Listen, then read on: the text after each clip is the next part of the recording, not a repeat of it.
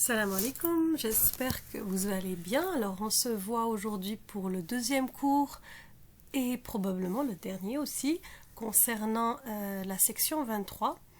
Alors nous avons vu hier les principales règles ou les principales précautions à prendre quand vous effectuez une addition, une soustraction, une multiplication et une division mettant en jeu un nombre ou au moins un nombre décimal. D'accord? Donc un nombre décimal, c'est un nombre qui contient une partie entière et une partie décimale séparée d'une virgule. D'accord? Donc, nous allons tout de suite commencer par la correction des exercices. Pendant la correction des exercices, je profiterai pour glisser des rappels. D'accord? Donc je ne prends pas le temps de faire un rappel de ce qu'on a vu hier, ce que habituellement je fais toujours, un petit jogging mathématique là pour s'échauffer un petit peu. Là on va aller directement dans la correction. Je pense qu'on a assez de calculs pour voir et revoir et s'entraîner et se remémorer les différentes méthodes, les différentes précautions à prendre, etc. etc. D'accord? Alors on y va. Alors on commence tout de suite par l'exercice 1 qui était à faire pour aujourd'hui. Alors dans l'exercice 1, excusez-moi, je pense que ce sera mieux pour vous comme ça. Voilà. Donc, dans l'exercice 1, on devait effectuer des additions et des soustractions, bien sûr, en colonne, et non pas en ligne, en prenant le soin d'aligner correctement les positions. En fait, je vous rappelle vite, la règle d'or par rapport aux additions-soustractions des nombres décimaux, c'est d'aligner correctement les positions chaque position des chiffres, donc chaque chiffre selon sa position dans l'autre sens, et d'aligner correctement aussi la virgule. D'accord? Si vous faites attention à bien aligner vos positions plus la virgule, vous ne pouvez pas faire des fautes de calcul. D'accord?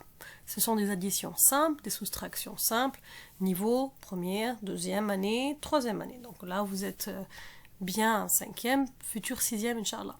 Voici la correction. Alors, comme elles sont déjà en colonne, je vais les commenter. Alors, regardez ici. On a aligné cette position, rappelez-vous, deux chiffres après la virgule, position des centièmes, position des dixièmes, votre virgule bien alignée, position des unités, centaines et excusez-moi, je reprends. Unités, dizaines et centaines. D'accord? Donc, on y va, on va effectuer l'addition. 6 plus 6, 12, 2, et je retiens 1, ma petite retenue ici. 1 plus 0, 1, plus la retenue, 2. Je mets ma virgule, j'ai bien alignée avec celles qui sont au-dessus. On continue notre addition. 3 plus 5, 8, 7 plus 4, 11, 1, et je retiens 1, donc la dizaine.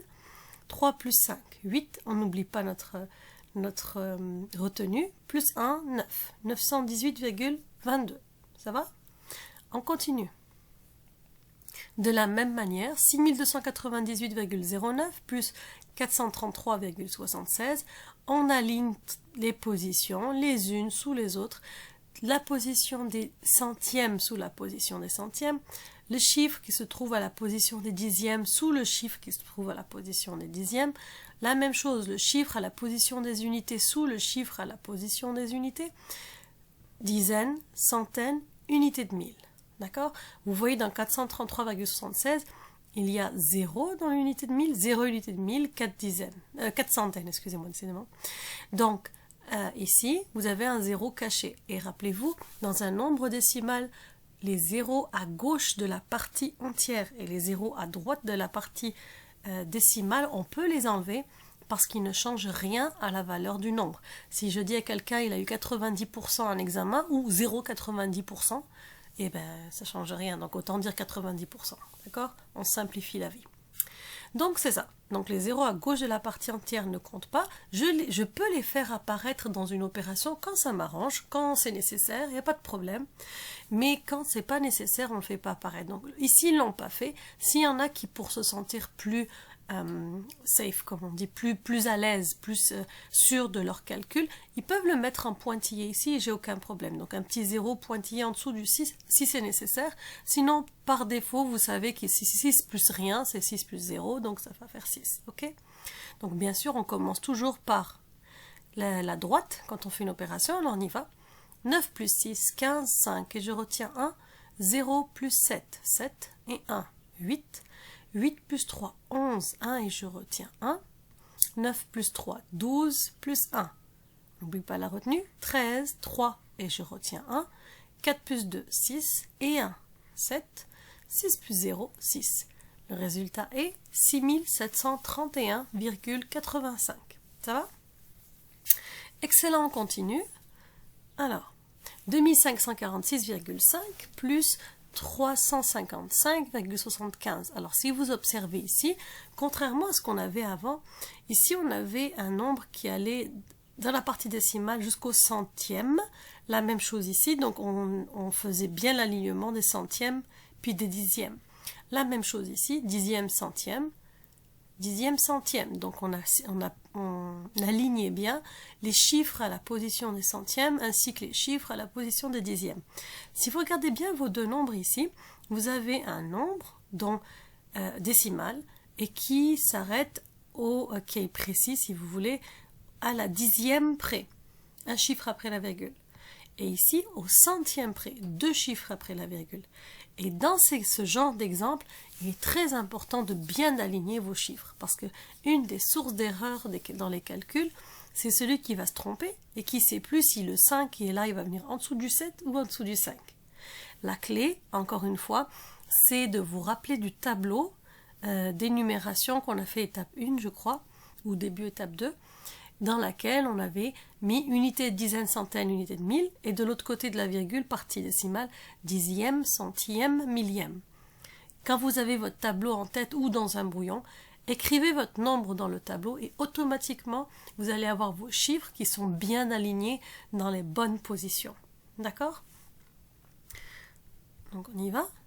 Donc ici, ce qu'ils ont mis, c'est le fameux zéro caché, d'accord? Donc ici, ils l'ont mis juste pour se sentir plus à l'aise. Donc le 5 qui est ici, c'est bien 5 dixièmes. Donc il est aligné avec le 7 dixièmes. Ici, on a 5 centièmes, mais en réalité, on a 0 centième. On sait que tout ce qui est à droite de la partie décimale ne compte pas, mais on peut faire apparaître les zéros quand c'est nécessaire, d'accord? Quand on en a besoin. Donc là, ça peut être un 0 comme ça, un 0 en pointillé, il n'y a pas de problème. On effectue maintenant notre opération. Une fois qu'on a bien aligné les chiffres à la bonne position, on a bien aligné la virgule, on fait l'opération, on y va. 0 plus 5, 5. 5 plus 7, 12, 2, et je retiens 1. N'hésitez pas à mettre le 2 ici et le 1 de l'autre côté, puisque j'ai dit que c'est comme la virgule, je dis pas on l'ignore, mais elle ne dérange pas. On garde le même processus de calcul. Mais on n'oublie pas de mettre la virgule, bien sûr, au moment où on passe de l'autre côté. Donc on met la virgule et on continue. 6 plus 5, 11, plus 1, 12, 2 et je retiens 1. 5 plus 4, 9 et 1, 10, 0 et je retiens 1. 5 plus 3, 8, plus 1, 9. 2 plus rien, donc 2 plus 0, c'est sous-entendu un 0 ici, ça fait 2. Ici, on va avoir une soustraction, alors faites attention, encore une fois, j'ai parfois des élèves qui sont tellement en mode addition, qui font des additions même quand il y a des soustractions. Alors faites attention aux signes mathématiques, et là encore une fois l'alignement. Vous voyez ici que vous avez un nombre entier, donc dans votre tête il y a une virgule cachée, souvenez-vous, et il y a des zéros cachés à droite, et puis bien sûr des zéros cachés ici à gauche. Donc à gauche, ça ne nous intéressera probablement pas. À droite, vous pouvez être amené à les faire apparaître pour vous sentir plus à l'aise à faire l'opération. Et plus encore quand c'est une soustraction, vous allez faire apparaître vos zéros, d'accord? Et ensuite, bien sûr, bien aligné avec le nombre 455,24. Donc regardez ici, on y va. Donc la méthode, encore une fois, je dirais québécoise, en barrant en allant prendre chez le voisin, en barrant et en faisant moins 1. Il y a une autre méthode, mais je ne vous l'apprends pas parce que je veux m'adapter à la méthode de votre livre, à la méthode d'ici. Mais personnellement, ce n'est pas la méthode que j'ai appris. Mais on y va, c'est parti. Alors, 0 moins 4, je ne peux pas.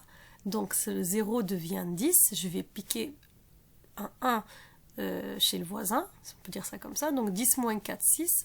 Comme j'ai piqué chez les voisins, ben ça devient 9. Ça fait 9 moins 2, 7. Excusez-moi. 2 moins 5, je ne peux pas. Mon 2 devient 12. 12 moins 5, 6. Et comme j'ai piqué un 1 chez mon voisin ici. Oh, excusez-moi, c'est pas 12. J'ai piqué un 1 chez mon voisin, donc c'est 11. Pardon. 11 moins 5, 6. Et là, comme j'ai piqué un 1 chez mon voisin, mon 7 devient 6. Avec 6 moins 5, 1. Ensuite, 3 moins 4. Je ne peux pas. Donc, je prends un 1 chez mon voisin. Donc, le 4 devient 3 ici. Ce qui fait 13 moins 4, 9. 3 moins 0, 3. D'accord? On continue ici.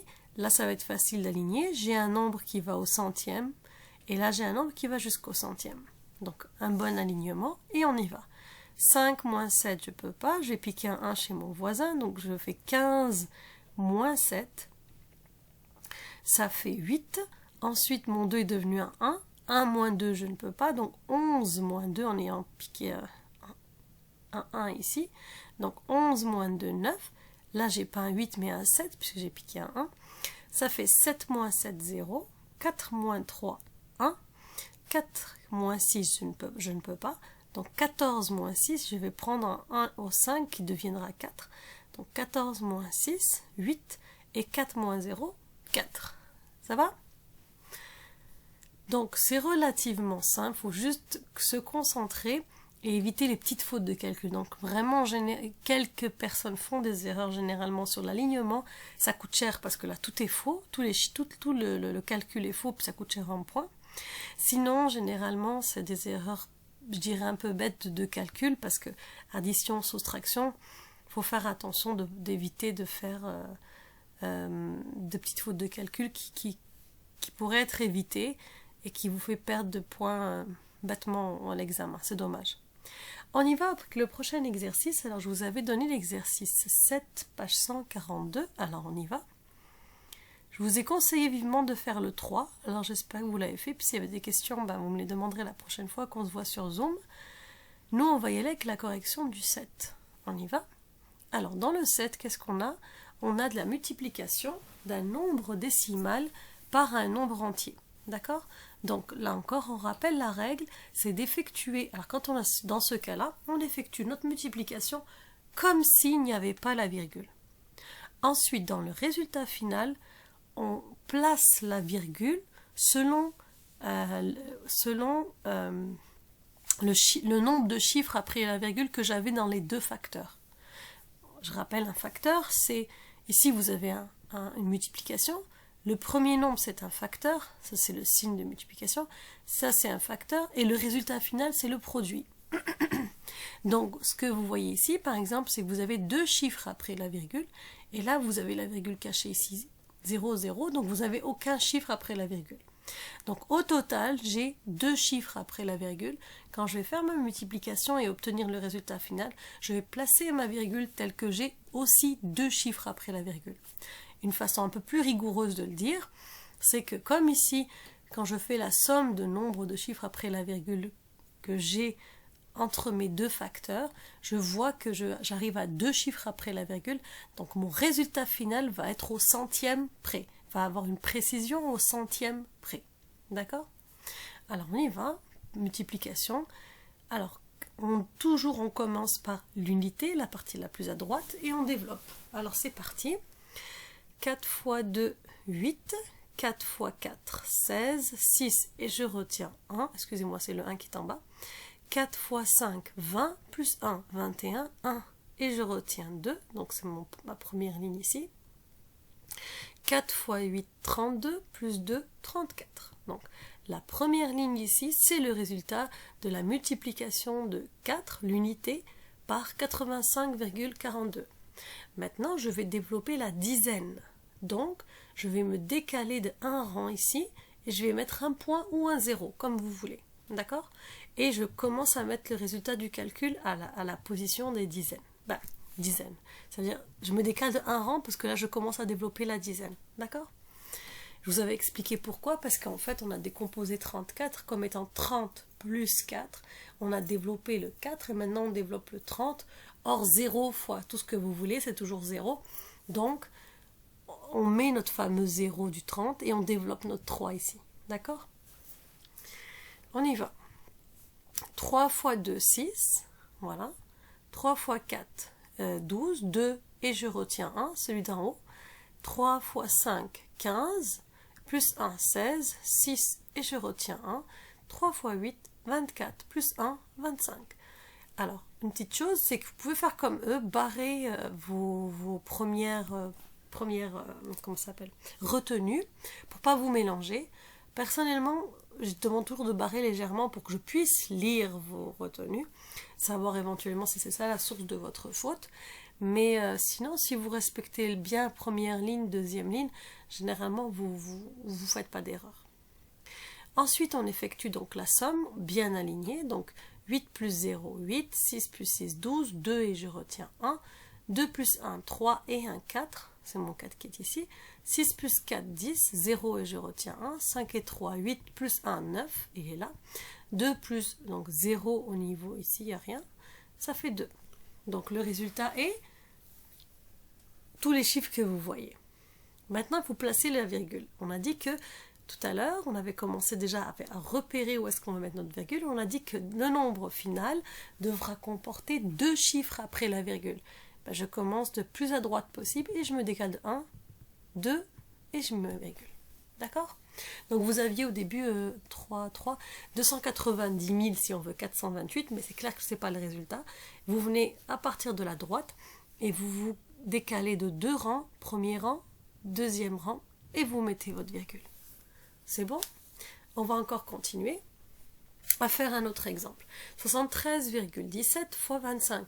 Là aussi, on peut déjà penser à la virgule avant même de commencer le calcul en regardant au total combien il y a de chiffres après la virgule dans vos facteurs. Alors, premier facteur, 73,17, vous avez 2 chiffres après la virgule. Et 25, vous avez aucun chiffre, excusez-moi, aucun chiffre après la virgule. Donc 2 plus 0, donc ici 2 chiffres après la virgule, aucun 0 chiffre après la virgule. 2 plus 0, 2, donc vous avez au total 2 chiffres après la virgule. Ça signifie que dans le résultat final, vous devez aussi obtenir 2 chiffres après la virgule. Donc quand vous allez développer le 5 ici, puis développer le 2 ici, la dizaine, faire l'addition, le résultat final que vous allez obtenir, vous partez de la position la plus à droite et vous vous décalez de combien? 2 rangs. 1, 2. Et vous mettez votre virgule. Parce qu'au total, si je tiens compte des 2 facteurs, au total, j'ai 2 chiffres après la virgule. C'est bon? On y va, on développe. Alors, on commence comme d'habitude avec l'unité, le 5, et on y va. 5 fois 7, 35. 5 et je retiens 3. 5 fois 1, 5, plus 3, 8. 5 fois 3, 15. 5 et je retiens 1. 5 fois 7, 35, plus 1, 36. Ça, c'est le résultat du développement de 5 multiplié par 73,17. Maintenant, on développe le 2 qui se trouve à la position des dizaines. Donc, je mets un point ou un 0 et je me décale de 1 rang. Parce que je vais développer la dizaine. On avait dit que s'il y avait une centaine, on se décale de 3 rangs. S'il y avait une unité de 1000, on se décale de 4 rangs et ainsi de suite. Donc, position par position, bien sûr. Donc, on y va avec le 2. 2 fois 7, 14, 4. Et je retiens 1. Vous remarquez que la retenue, on change de ligne. On se crée une deuxième ligne, si on veut. 2 fois 1, 2, plus 1, 3. C'est le 3 qui est ici. 2 fois 3, 6. Il est là. Et 2 fois 7, 14. Il est là. J'effectue l'addition. On y va, bien aligné. 5 plus 0, 5. 8 plus 4, 12. 2 et je retiens 1. 5 et 3, 8. Plus 1, 9. 6 et 6, 12. Je retiens 1. 2 et je retiens 1. 3 plus 4, 7 et 1, 8. 1 plus 0, 1. Donc, maintenant, tous ces nombres sont là. Et je me rappelle, et on avait dit le raisonnement, déjà je ne répéterai pas, que la virgule dans le résultat final devra être placée de sorte que ça fait apparaître 2 chiffres après la virgule. Autrement dit, le résultat final aura une précision au centième près. En effet, je me décale, je me mets le plus à droite possible, puis je fais 1, 2, et je mets ma virgule. Ok? Donc, 2 chiffres après la virgule, parce que si je fais la somme des chiffres après la virgule pour les 2 facteurs, j'obtiens 2. Je fais exprès de passer par celle-ci avant. On y va. Pareil. Là aussi, on fera le raisonnement après. On va développer comme s'il n'y avait pas la virgule. 7 fois 7, 49. 9 et je retiens 4. 7 fois 5, 35, et 4, 39, 9 et je retiens 3. 7 fois 5, 35, plus 3, 38, 8 et je retiens 3. 7 fois 7, 49 et 3, 52. Donc la première ligne ici, c'est le résultat du 7 fois 75,57. On va développer le 1 qui se trouve à la position des dizaines. Donc je mets un point ou un 0 et je me décale d'un rang. Ça veut dire que je vais commencer à mettre mon résultat, mon premier résultat ici. D'accord? Je mets un point 0 et puis je me mets à côté pour mettre mon premier résultat. Le premier résultat c'est quoi? 1 fois 7, 7. 1 fois 5, 5. 1 fois 5, 5. 1 fois 7, 7. Bien aligné, je fais l'addition. 9 plus 0, 9. 9 plus 7, 16. 6 et je retiens 1. 8 plus 5. 8 plus 5, 13. Plus 1, 14. 4 et je retiens 1. 5 plus 2, 7. Et 1, 8. 8. 7 plus 5, 12. Comme on a dit que je regarde le nombre de chiffres après la virgule que j'ai dans chacun de mes facteurs, 75,57, j'ai 2 chiffres après la virgule. 17, j'ai aucun chiffre après la virgule. 2 plus 0, ça fait 2. Au total, j'ai 2 chiffres après la virgule dans mon résultat final. Je viens ici, je me mets à plus à droite possible et je me décale de 1, 2 rangs, virgule. Donc j'ai un résultat au centième près. D'accord? On continue ici. Alors 105,64 multiplié par 83. On y va, on développe l'unité. 3 fois 4, 12, 2 et je retiens 1. 3 fois 6, 18, plus 1, 19, 9 et je retiens 1. 3 fois 5, 15 et 1, 16, 6 et je retiens 1. 3 fois 0, 0, plus 1, 1. 3 fois 1, 3. Et là, j'ai développé l'unité, donc 3, multiplié par 105,64.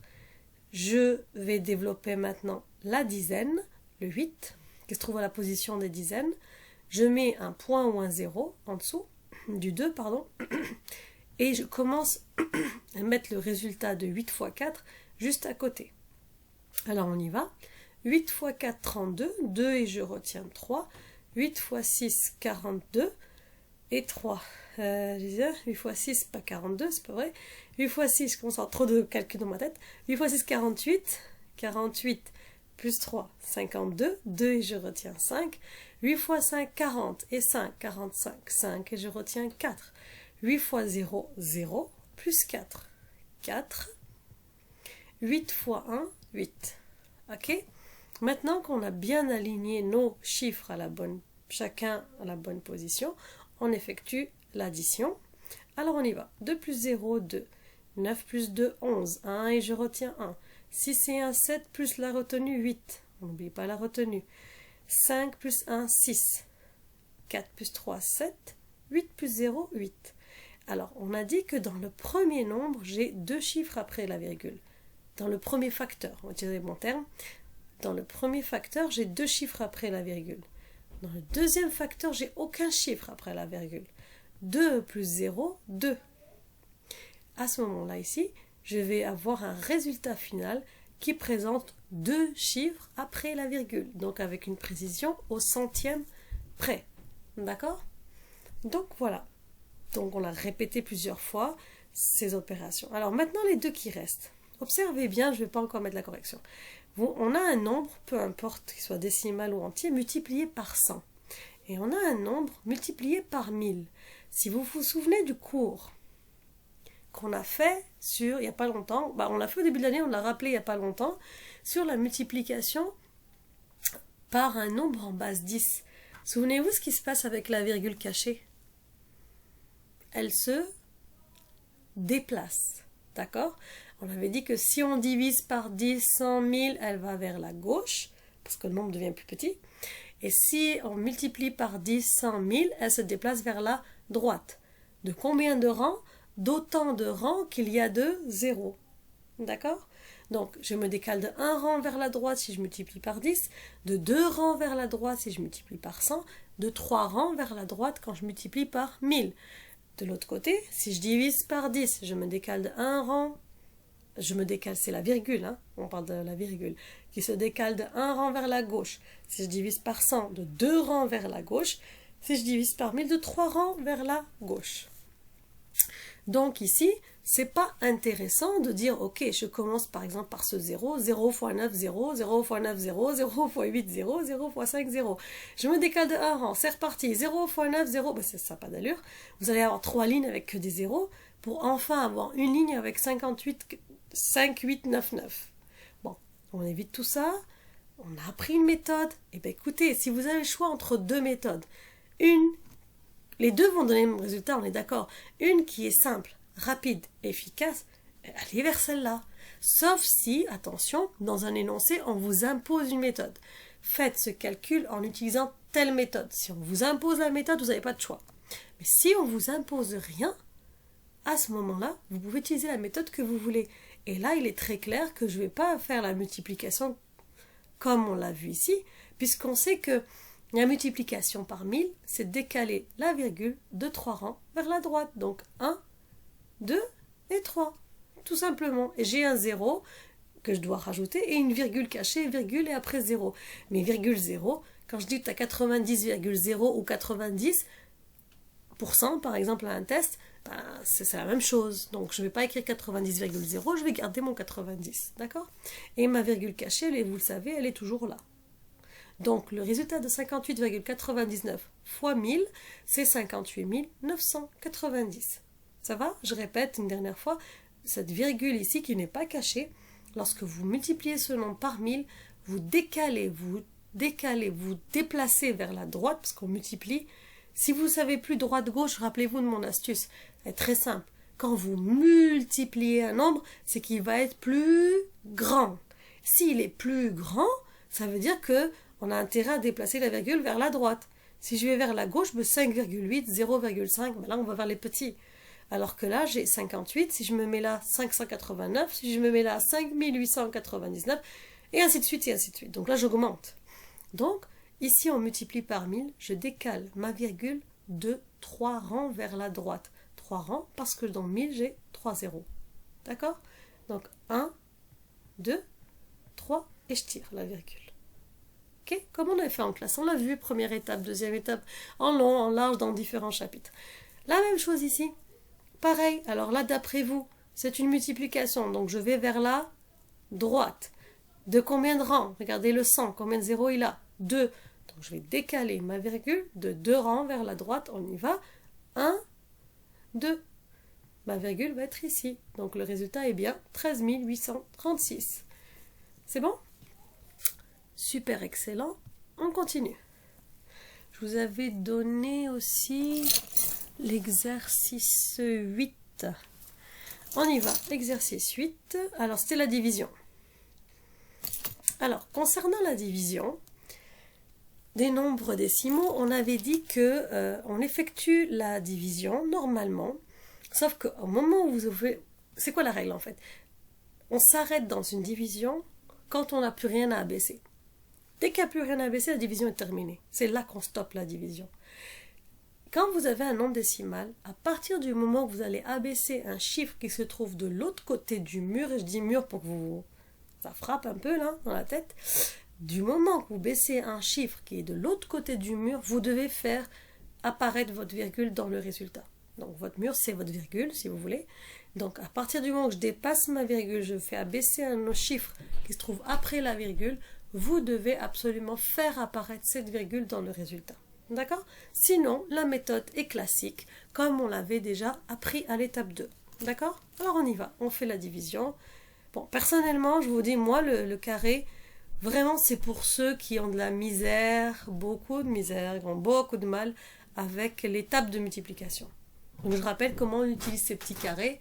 Ça, c'est la table du 6, si vous voulez, x1, x2, x3, x4, x5, x6, x7, x8, x9. Personnellement, je n'utilise pas ce cadre-là. Je trouve que c'est, je dirais pas inutile, mais vous devez, au niveau où vous êtes, être capable de l'effectuer sans avoir ça. Maintenant, ceux qui trouvent que c'est super pratique et que ça les aide, j'ai aucun problème. Faites-le dans votre brouillon, mais ne faites pas apparaître ça dans une copie de test en général. Donc faites-le dans votre brouillon, aidez-vous de ça. Si ça peut vous aider, excellent. Le temps de bien connaître vos tables. À partir du moment où vous connaissez bien vos tables, vous n'aurez plus besoin de faire apparaître ce carré-là. D'accord? Ok, alors on y va. 85,44 divisé par 6. Personnellement, je ne barrais jamais les chiffres. Ce que je faisais, c'est que je mettais des petits tirets pour montrer que j'ai abaissé chacun des chiffres. D'accord? Comme s'il tombait un peu comme une pluie qui tombe du ciel. D'accord? Donc on montre qu'on a abaissé chacun des chiffres pour savoir où on en est. Alors on y va. J'ai un chiffre, je prends un chiffre. En 8, combien de fois 6? 1. Je développe 1 fois 6. 6. Donc 8 moins 6, 2. Petite remarque ici, je vous demande toujours d'écrire la soustraction en petit. Là, ils ne le font pas, ils le mettent aussi grand que le résultat. Prenez l'habitude de l'écrire en petit parce qu'avec le temps, vous n'allez même plus l'écrire. D'accord? Vous allez te le faire mentalement. Donc ici, écrivez-le en petit. Chaque fois qu'il y a une petite soustraction, là, ici, ici, ici, écrivez-le en petit. Ça vous permet de vous dire qu'avec le temps, il va finir par disparaître. D'accord? Alors on y va, je reprends. J'ai un chiffre, je prends un chiffre. En 8, combien de fois 6? 1. 1 fois. Vous y arrivez?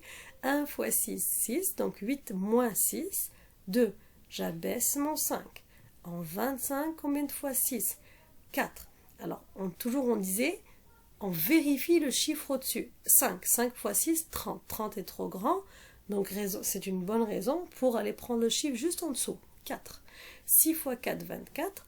25 moins 24, là encore en petit, ça fait 1. J'abaisse mon premier 4. En 14, combien de fois 6? Mais là, regardez, j'ai abaissé le 4 qui se trouve après la virgule. Donc, je dois faire absolument apparaître la virgule au niveau du résultat. D'accord? À partir du moment que j'ai fait apparaître ma virgule dans le résultat, c'est que déjà, je suis en train de chercher les chiffres qui se trouvent dans la partie décimale. Alors on continue, puisque là je suis 14, combien de fois 6? 2. Essayons le 3 pour voir. 3 fois 6, 18, je suis plus grand, donc ça ne marche pas. 2 est le nombre par chiffre parfait. Alors 2 fois 6, 12. 14 moins 12, 2. Là encore la soustraction en petit. J'abaisse mon second 4. En 24, combien de fois 6? 4. Bien sûr, là je n'ai pas testé le chiffre au-dessus, puisqu'on sait que l'opération est exacte, puisque 4 fois 6, ça fait 24. 24 moins 24, 0. Le résultat de cette opération, c'est 14,24 reste 0. Si vous voulez faire la vérification, il suffit d'aller dans l'autre sens, puisqu'on sait que la multiplication, c'est l'opération inverse de la division. 14,24 fois 6, si vous trouvez 85,44, ça veut dire que votre opération est juste. D'accord ? Voilà, donc ça vous montre, c'est un premier exemple qu'on a eu pour la division d'un nombre décimal par un nombre simple, chiffre simple. On l'a fait, nous, à l'étape 2 pour une division à un chiffre, puis on l'a fait avec une division à 2 chiffres. Donc ça, c'est vraiment relativement simple, juste pour rafraîchir la mémoire, pour ne pas oublier, et parce que ça fait partie aussi de votre livre. D'accord ? On continue. La question B, 45,65 divisé par 5. Là encore, vous observez que vous avez un chiffre. On va prendre un chiffre, repérer que vous avez une virgule en plein ici milieu. Donc, lorsque vous allez devoir abaisser le 6, il faudra penser à venir mettre votre virgule ici dans le résultat.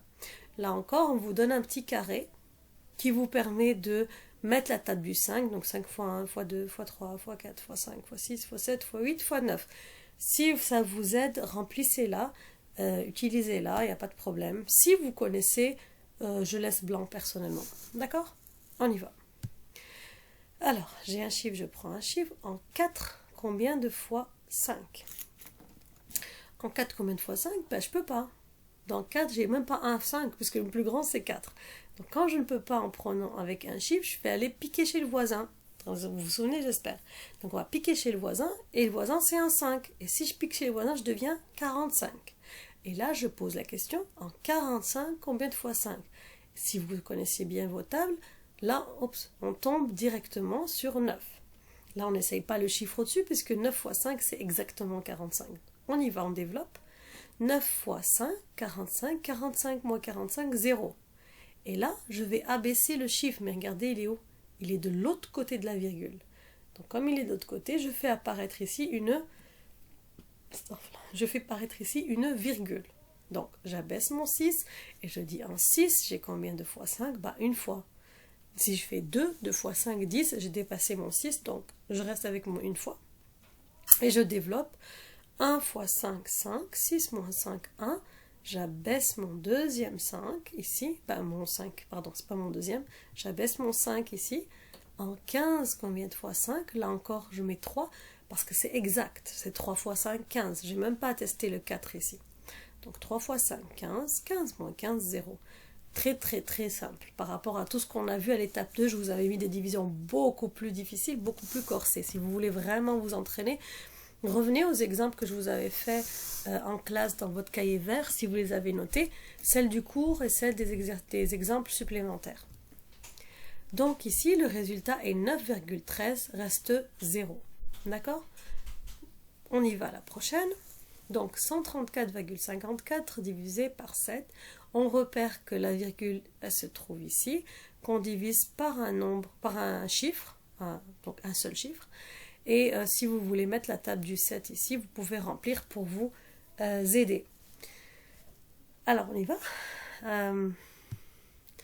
J'ai un chiffre, je prends un chiffre. En 1, combien de fois 7? On ne peut pas. On va piquer chez le voisin et on va dire en 13, combien de fois 7? 13, combien de fois 7? 1. Si je fais 2, ça fait 2 fois 7, 14. Je dépasse le 13, donc 2 est trop grand. Je mets 1 et je développe. Alors 1 fois 7, 7. 13 moins 7, on écrit le moins 7 en petit, ça nous fait 6. J'abaisse mon 4. En 64, combien de fois 7? 9. Là, je ne peux pas essayer plus haut, le 9 étant le plus grand, donc je développe. 9 fois 7, 63. 64 moins 63, il reste 1. Et là, regardez, je vais aller abaisser le chiffre qui se trouve de l'autre côté de la virgule. Donc, je n'oublie pas de mettre ma virgule. Et j'abaisse mon 5. En 15, combien de fois 7? 2.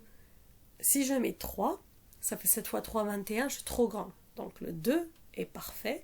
2 fois 7, 14. 15 moins 14, il reste 1. Je vais abaisser mon 4, encore dans la partie décimale. En 14, combien de fois 7? 2, ça serait parfait, puisqu'on sait que 2 fois 7, ça fait 14. 14 moins 14, 0. Donc le résultat est 19,22 reste 0. Si vous voulez faire la vérification, c'est 19,22 fois 7 plus 0 égale 134,54. D'accord? Donc vérification à utiliser surtout quand vous avez un test pour éventuellement une façon de vous relire et vérifier que votre résultat est bon. Ça va? Ok, alors juste une petite remarque entre la multiplication et la division, vous vous rendez compte ô combien il faut connaître ces tables. Alors j'ai hyper insisté, puis je continue encore à insister, il faut connaître ces tables absolument. Il n'y a plus aucun doute, pourquoi il ne veut pas bouger, rendu en 5e année, normalement là les tables c'est je dirais les doigts dans le nez, entre guillemets, si je peux me permettre l'expression. Mais s'il y en a qui ont encore du mal, écoutez, là, l'été, c'est le moment ou jamais pour optimiser ça. Faites-vous réviser quelqu'un, grand sœur, grand frère, papa, maman, n'importe qui vous fait réviser vos tables. Faites des chronométrés comme je vous avais fait. En classe, je vous avais fait, je pense, 50 multiplications j'avais mis 6 minutes au début, puis après je suis descendue à 5 minutes. Pour vous donner une indication, dans une certaine école à Montréal publique, je peux pas me dire madame c'est privé, c'est public, en 4e année, il faisait 50 en 4 minutes, chronométré en 4 minutes. Donc ne me dites pas que c'est horrible et que c'est injuste. Moi je vous dis, en 4e année, dans une école publique, il faisait chronométré en 4 minutes 50 multiplications, table du 1 au 10. 1 au 10, oui, table du 10 est relativement simple. Donc 1 au 9 si vous voulez. D'accord? Donc si déjà vous avez si vous réussissez à avoir un excellent résultat en faisant 50 en 5 minutes, c'est déjà bon. Je considère que c'est bon. Si vous descendez à 4 minutes, c'est parfait. Cette année, durant l'année de 2019-2020, j'ai quand même quelques élèves dans chacune des classes qui me le font en 2 minutes et quelques. Donc 2 minutes et des petites poussières, mais vraiment des petites poussières. les 50 étaient faites avec 0 faute. Ou peut-être une faute d'inattention, pas plus. Mais je sais qu'il avait eu à 100%. Donc c'est faisable. Ce que je vous dis, c'est que c'est faisable. C'est juste de l'entraînement. Faites régulièrement. Profitez cet été pour bien revoir vos tables. Ça va vous faciliter la vie énormément dans beaucoup d'aspects des mathématiques de cette année et l'année prochaine. Je reviens maintenant à la correction. 204,68 divisé par 7, repérez la virgule. Encore une fois, c'est super facile, on a une division à un chiffre. Nous, on a vu les divisions à deux chiffres, donc entraînez-vous aussi avec les divisions à deux chiffres pour les nombres décimaux. C'est le même principe. On y va. J'ai un chiffre, je prends un chiffre. En 2, combien de fois 7? Je ne peux pas, je vais piquer chez le voisin. Ça devient en 20. Combien de fois 7? 2. Vérifions le 3. 3 fois 7, 21, donc c'est trop grand. On reste avec le 2, 2 fois 7, 14, 20 moins 14, il reste 6. Ensuite, je viens abaisser mon 4, regardez, je suis toujours dans la partie entière, donc je ne touche pas à la virgule. En 64, combien de fois 7? 9. Je ne peux pas essayer plus grand, puisque 9 est le plus grand chiffre que je peux mettre. Donc on développe. 9 fois 7, 63, 64 moins 63, il reste 1. Maintenant, je vais abaisser le chiffre qui se trouve de l'autre côté de la virgule. Je rentre dans la partie décimale. Donc automatiquement, je mets ici la virgule parce que je vais aussi rentrer dans la partie décimale du résultat. D'accord? Donc je mets la virgule et j'abaisse mon 6. En 16, combien de fois 7? 2. Vérifiez avec le 3. 3 fois 7, 21, trop grand. Donc automatiquement, je prends le chiffre en dessous et je prends le 2. On développe. 2 fois 7, 14. 16 moins 14, il reste 2. J'abaisse mon 8. En 28, combien de fois 7? Ben là, c'est exact. Ceux qui connaissent la table du 7, c'est 4. Exact, ça veut dire que j'ai une multiplication qui me donne exactement le 28. Donc, c'est 4. 4 fois 7, 28. 28. Donc, 28 moins 28, il reste 0. Le résultat est 29,24 reste 0. D'accord? On continue. On y va. 751,75 divisé par 5. Là encore, vous repérez la virgule, vous avez une division à un chiffre, vous pouvez utiliser le tableau ici carré pour mettre tous les résultats de la table du 5. On y va. J'ai un chiffre, je prends un chiffre. En 7, combien de fois 5? 1. 1 fois 5, 5. Il est là. Donc 7 moins 5, 7 moins le résultat de mon développement, ça fait 2. J'abaisse mon 5, je suis toujours dans la partie entière. En 25, combien de fois 5? Ben là, c'est exact, c'est 5, puisque 5 fois 5, ça fait exactement 25. Donc 25 moins 25, 0. J'abaisse mon 1. En 1, combien de fois 5? Quand vous avez un 1, il y a combien de 5? Ben il n'y en a pas. N'oubliez pas, je vous ouvre une parenthèse, je vous ai dit, quand la question se pose au début, on pique chez le voisin. Mais là, il n'y a pas de voisin chez qui piquer, là. Donc, quand vous avez quelque chose qui ne fonctionne pas, mais le résultat, c'est 0. Donc, vous faites apparaître le 0 ici, absolument. D'accord? Donc en 1, combien de fois 5? Vous dites pas, c'est pas possible, c'est 0. Et vous faites apparaître le 0. Et vous allez chercher la position d'après pour l'abaisser. Alors, deux façons. Là encore, je l'avais expliqué. Soit vous continuez avec la même façon. Ça veut dire 0 fois, je développe, 0 fois 5, 0. 1 moins 0, 1. Donc vous voyez que le 1 qui est ici, je le retrouve ici. Et je viens abaisser mon 7. Mais là, regardez le 7. Je l'ai abaissé c'est un 7 dixième, j'ai dépassé la virgule, j'ai dépassé mon mur. Donc je dois absolument mettre ma virgule. Et là j'ai 17, combien de fois 5? Si je reviens un petit peu en arrière, je ne veux pas vous embrouiller, mais regardez ici. Quand j'ai dit en 1, combien de fois 5? C'est 0. J'aurais pu tout de suite dire, j'abaisse mon 7 ici et ça fonctionne. Je vous avais montré les deux façons en classe. Choisissez celle avec laquelle vous êtes le plus à l'aise. Si vous préférez mettre 0, développer le 0, juste une ligne, hein, c'est rien, mettre le résultat de la soustraction, abaisser le 7, c'est correct. Si vous êtes assez à l'aise en disant, mais de toute façon, ça revient 1 moins 0, c'est 1, donc je reviens à la même chose qu'ici. Donc autant abaisser mon 7 tout de suite, vous pouvez le faire. J'ai vu les deux façons chez les élèves, les deux sont acceptés, il n'y a pas de problème. Donc ici, on abaisse notre 7, encore une fois, 7 dixièmes, donc je suis dans la partie décimale, on n'oublie pas la virgule. En 17, combien de fois 5? 3. Vérifions le 4. 4 fois 5, 20. J'ai dépassé 17, donc je prends le chiffre juste en dessous. Pas le 4, donc le 3. 3 fois 5, 15. 17 moins 15, 2. J'abaisse mon 5 ici. En 25, combien de fois 5? Et s'il est exact, 5 fois 5, 25. 25 moins 25, 0. À ce moment-là, j'ai 150,35 comme résultat, reste 0. Ça va? Donc, je vais un peu plus vite qu'en classe par rapport au calcul parce que la méthode a déjà été vue. Donc, je glisse des rappels à droite, à gauche, mais ça on l'a vu en long, en large à l'étape 2. On continue avec le dernier. Alors, 846,18 divisé par 9. On repère la virgule, on repère que c'est une division à un chiffre et vous pouvez utiliser votre carré ici pour mettre tous les résultats de la table du 9. On y va, 846,18 divisé par 9.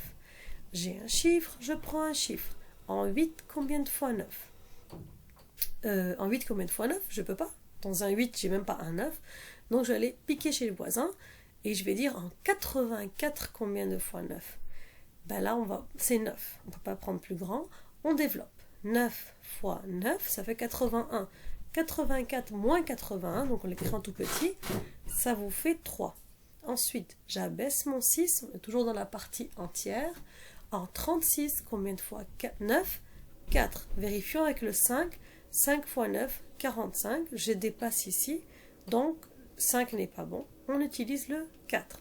4 fois 9, ça fait 36. 36 moins 36, donc le résultat il est ici de mon 4 fois 9, c'est ce 36-là. 36 moins 36, 0. Et là, regardez, je vais abaisser le chiffre qui se trouve de l'autre côté de la virgule. Donc, je n'oublie pas de mettre ici ma virgule. Ensuite, j'abaisse mon 1 et je dis en 1, combien de fois 9? Est-ce que c'est possible? Mais non. Donc, le résultat est 0. C'est un calcul. N'oubliez pas, ne dites pas c'est impossible. Le mot impossible, je l'ai accepté pour la première étape. Ensuite, c'est en 1, combien de fois 9? Le résultat est 0. Et là encore, on peut choisir les deux façons. Je vais choisir la façon du livre ici pour garder une seule et unique façon. J'ai rappelé les deux ici, je ne rappellerai pas les deux pour ne pas vous perdre. Alors on développe 0 fois 9, 0 bien sûr. 1 moins 0, 1, c'est pas très compliqué. On abaisse le 8. En 18, combien de fois 9? Ben là c'est exact, c'est un 2. 2 fois 9, 18. 18 moins 18, 0. Et c'est terminé. Le résultat de la division est 94,02. Reste 0. Donc on a vu quand même pas mal ici de division des nombres décimaux. Encore une fois, si vous voulez encore vous pratiquer, n'hésitez pas à aller vers les exercices que l'on a fait en classe et je perds mes mots, pardon. Je vous renvoie au cahier vert parce que j'étais allée plus loin que le chapitre et je vous avais fait pas mal d'exemples avec les nombres décimaux à l'époque. D'accord? Donc vous pouvez en faire encore. Il nous reste encore l'exercice 14. Alors l'exercice 14, c'était une résolution de problème. Probablement l'unique résolution de problème qu'on fera dans ce chapitre. Donc on va lire ensemble. C'est celle qui est la plus intéressante. Les autres sont extrêmement simples. Je peux peut-être vous guider. Attendez. On va regarder vite. Si on regarde la 10 par exemple, c'est relativement simple, je n'ai pas pris le temps de les corriger. Pour garder la forme et attraper les mondis, la justicière fait du jogging et boit 2,25 litres d'eau par jour. Elle aimerait les répartir dans 3 bouteilles. Quelle doit être la capacité de 3 bouteilles? Donc en gros, elle aimerait répartir. Pour vous, répartir, ça veut dire mathématiquement diviser sur 3 bouteilles. Mais chaque bouteille, si elles sont identiques, ça veut dire qu'elle les répartit de manière équitable, égale. Donc là, c'est la division. Répartir de manière égale ou partager.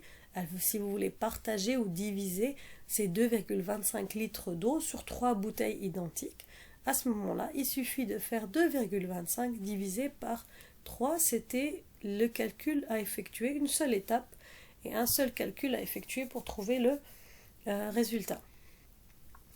Ici, Pico le clown, il veut surprendre ses téléspectateurs en jonglant avec 5 œufs. Pour s'exercer, il achète 5 douzaines d'œufs.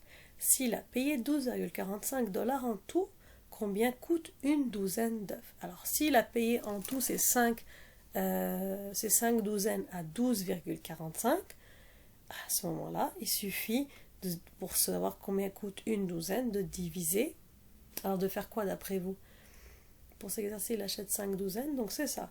Il a payé 12,45. Si les 5 douzaines coûtent 12,45, ça veut dire que on va répartir de manière égale les 12,45 sur 5. Donc on va diviser en clair. 12,45 $ divisé par 5 pour connaître le prix de une douzaine d'œufs. Puisque une douzaine et une douzaine et une douzaine et une douzaine 5 fois m'a donné 12,45.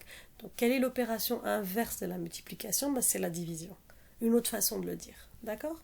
Donc ici, il y avait une seule étape de calcul et il fallait faire 12,45 divisé par 5. Donc encore un nombre décimal divisé par un nombre entier. L'autre, je ne sais pas, je les découvre presque en même temps que vous. Je ne sais pas pourquoi il ne veut pas afficher. Alors, Francis, Bianca et Abdul ont gagné 72,20 $ chacun en participant à l'émission, etc. Ils veulent partager leurs gains avec Samia qui les a aidés à se préparer aux épreuves. Quelle somme d'argent chaque personne aura-t-elle après le partage? Donc vous avez 3 personnes qui ont gagné, mais qui veulent répartir la somme gagnée ou le montant gagné sur 4 personnes. 3 ont gagné un montant et ce montant va être partagé sur 4 personnes. Donc il suffit tout simplement de faire 72,20 divisé par 4. Ici le petit piège, c'est que beaucoup de personnes, s'ils ne lisent pas bien l'énoncé, auraient fait diviser par 3 et non par 4. Donc il faut bien comprendre, ils veulent partager leur gain avec une autre personne. Donc si ils rajoutent une personne, le partage va se faire sur 4 personnes, donc la division doit se faire par 4, sur 4. D'accord? 72,20 divisé par 4. Donc, je vous guide vite, je n'avais pas prévu de le faire, mais celui-ci, je vous laisserai le faire. Il est long, il est long et aucune difficulté. Il faut juste comme faire des combinaisons ici entre les achats que vous pouvez faire. S'il y a des questions, je vous répondrai aux questions. Je passe. Et enfin, le dernier, celui qui m'intéresse le plus parce que c'est celui qui demande plus de réflexion et surtout, il ne veut pas monter. Et surtout, on investit ici une notion qu'on a vue et revue. On l'a vue à l'étape 2, on l'a revue au début de l'étape 3. C'est le fait de prendre un pourcentage d'un nombre ou la fraction d'un nombre. D'accord? Alors on va lire ensemble. C'est l'exercice qui était à faire pour aujourd'hui, résolution de problème. Alors, pour une semaine seulement, les DVD de films d'action à 25 $ sont réduits de 15%. Les coffrets à 50 $ sont réduits de 25%. Combien chaque article coûte une fois réduit? Alors, si vous revenez un petit peu en arrière, 15% là, qu'est-ce que c'est? Comment je peux l'écrire d'une autre manière? Rappelez-vous, 15%, vous pouvez faire le lien avec quoi? Vous allez me dire, oui, ça peut être un nombre décimal, j'ai pas de problème. Ça peut être quoi aussi? Une fraction. Donc je peux réécrire mon 15%, l'écriture pourcentage, comme 15 sur 100. Or, rappelez-vous, on avait dit que prendre la fraction d'un nombre, je l'avais même écrit tel quel, en mettant une flèche par la suite, j'ai traduit le français par un calcul. Prendre la fraction d'un nombre, c'est multiplier ce nombre par cette fraction. D'accord? Alors ça devient tout simple. Prenez le nombre, vous multipliez par une fraction. Maintenant, le petit gap, le petit pont à faire, c'est de vous dire que mon pourcentage peut être une fraction. Donc, je vais avoir l'étape de transformer mon pourcentage en fraction. Prendre la fraction d'un nombre, c'est multiplier ce nombre par la fraction. Est-ce que j'ai fini quand j'ai fait tout ça? Non. Qu'est-ce qu'on obtient si on multiplie la fraction par un nombre? On obtient la partie réduite. Est-ce que c'est la question qu'on me demande?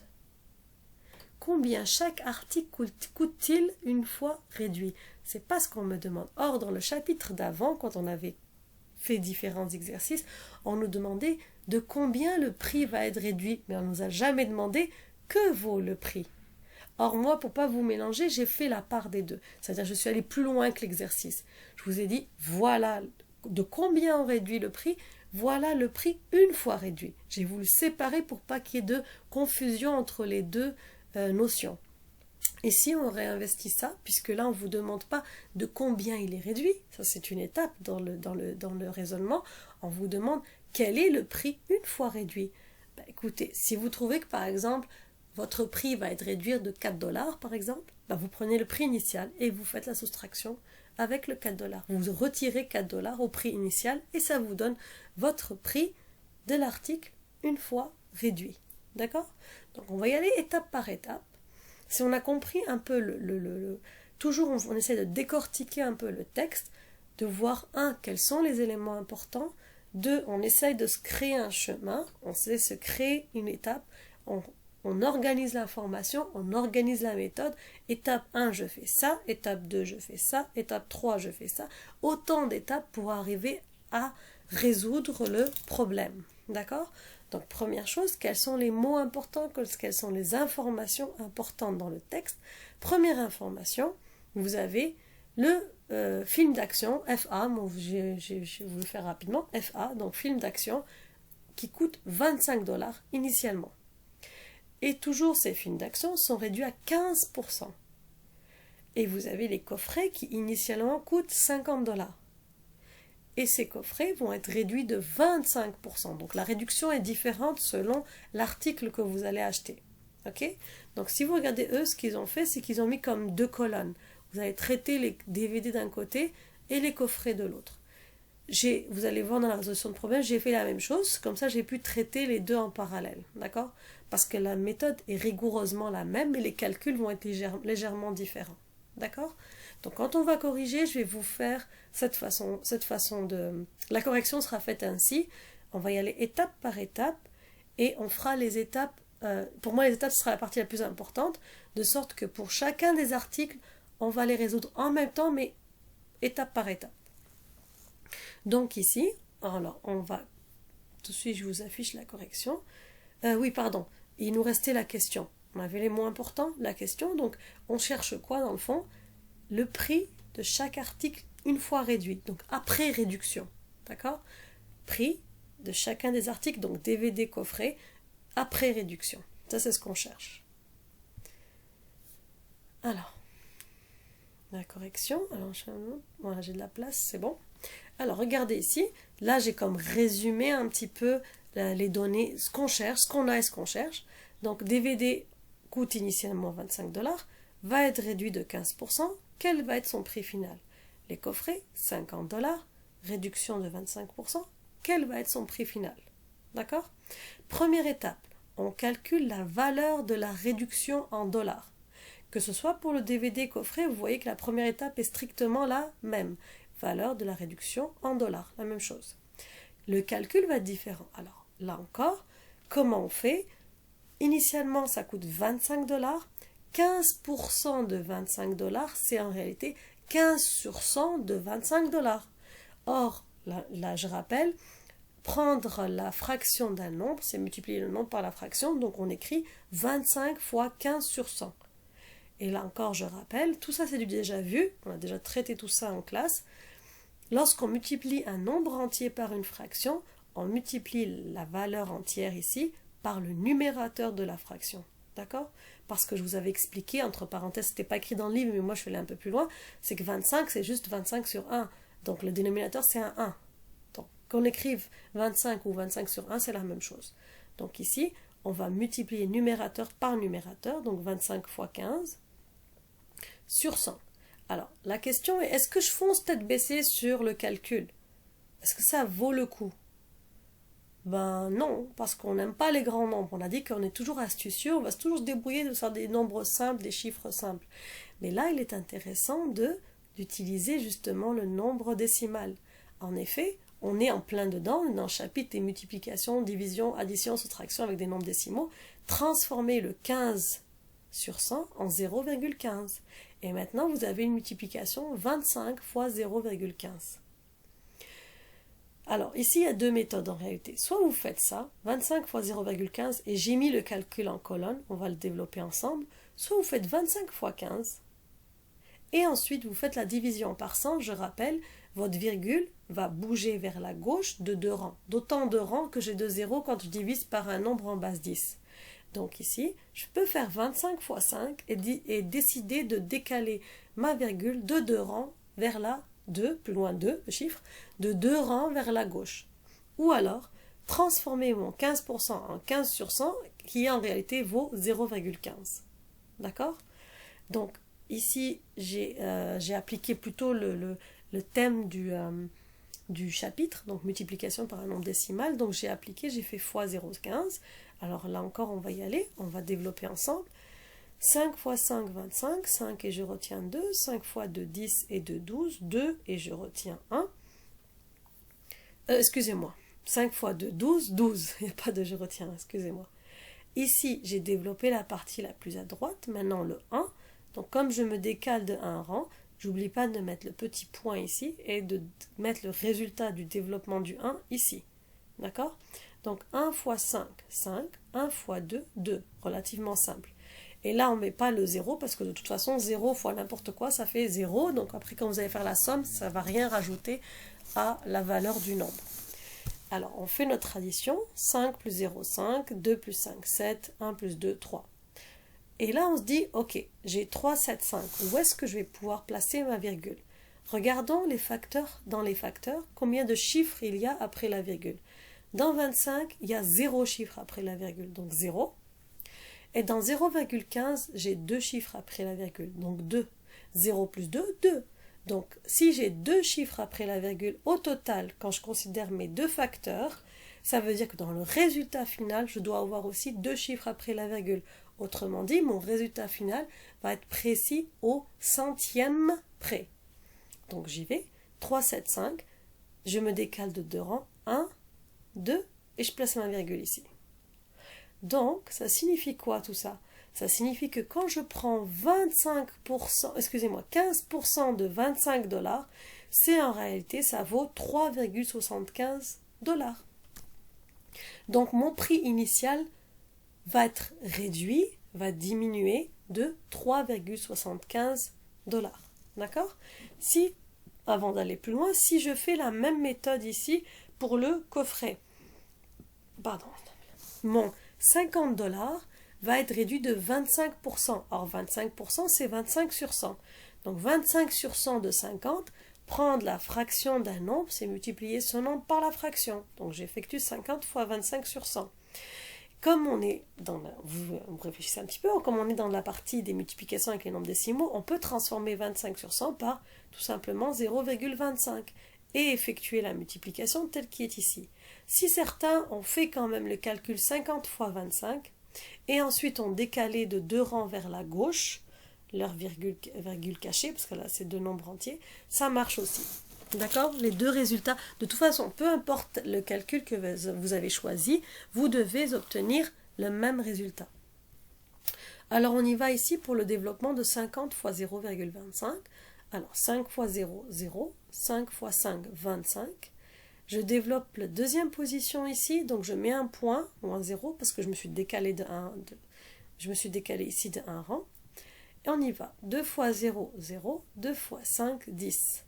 Je fais attention à mon alignement. Je ne développe pas ce 0 là, puisque de toute façon, 0 fois tout ce que vous voulez, ça fait 0. Et à la fin, j'aurai une somme avec des 0, donc elle ne sert à rien. Donc ici, je m'arrête à mon 2 que j'ai développé fois 0 fois 5. Ça me donne ici 0, 0, 1.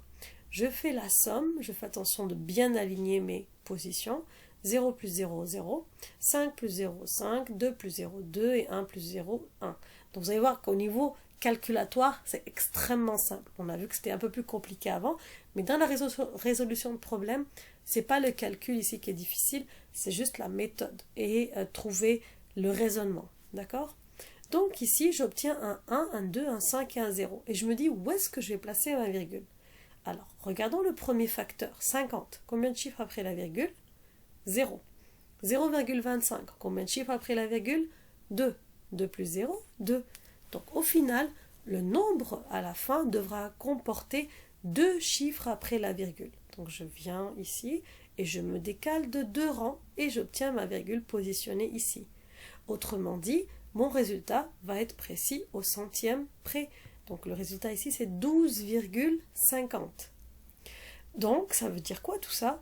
Ça veut dire que lorsque mon coffret coûte 50 $, pardon, 50 $ et que je vais réduire de 25% ce prix-là, ça signifie en dollars que je vais le réduire de 12,50 $.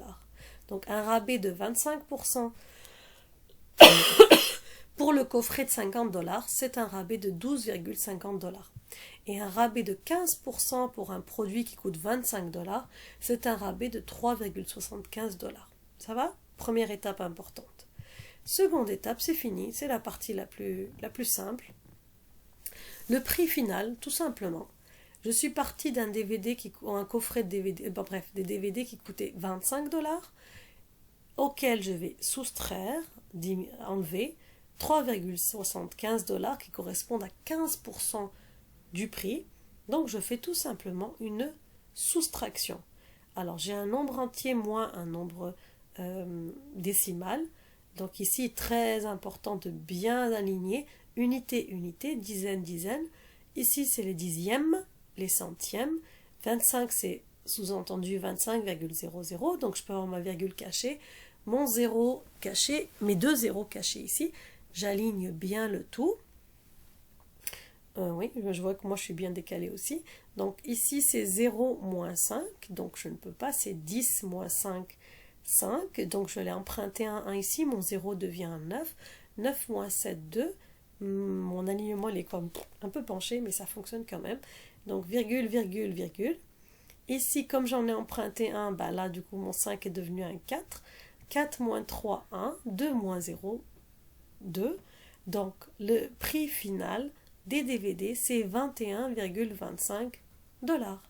Donc après un rabais de 15%, ça veut dire 3,75 $, les DVD coûteront 21,25 $. Si on regarde pour les coffrets, initialement le coffret coûtait 50 $, un rabais de 25% sur le prix des coffrets, on a trouvé que ça fait 12,50 $. Donc ici, si je veux connaître combien je vais débourser de ma poche, combien je vais réellement payer, ben je vais payer 50 moins le rabais, donc moins 12,50. Et là encore, quand vous posez votre opération, il est très important de bien aligner les positions. Et si c'est nécessaire, faites apparaître les zéros cachés et la virgule cachée. D'accord?